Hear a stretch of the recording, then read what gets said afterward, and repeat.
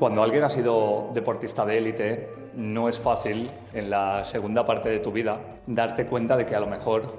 no tienes tanta capacidad para dirigir grupos como la tenías para liderarlos. Hemos visto a mucha gente que no ha sido futbolista y luego ha sido un gran entrenador, o a mucha gente que sí lo ha sido y también se ha convertido en una figura reconocible. Pero cada vez que miro el Villarreal C, el caso de David Albelda y toda la trayectoria que ha tenido el excapitán del Valencia, creo que hay que poner en valor el hecho de no querer creerse más de lo que uno es, asumir que si lo que te gusta es el mundo del fútbol, aunque hayas sido élite absoluta, puedes ayudar desde muchos puntos de vista y quién sabe, quizá le acabe pasando como a Paco López y vaya dando saltos, pero si no, la sensación que transmite David Albelda es que donde está muy a gusto y que muchas veces no hace falta optar al máximo para estar contento y para estar feliz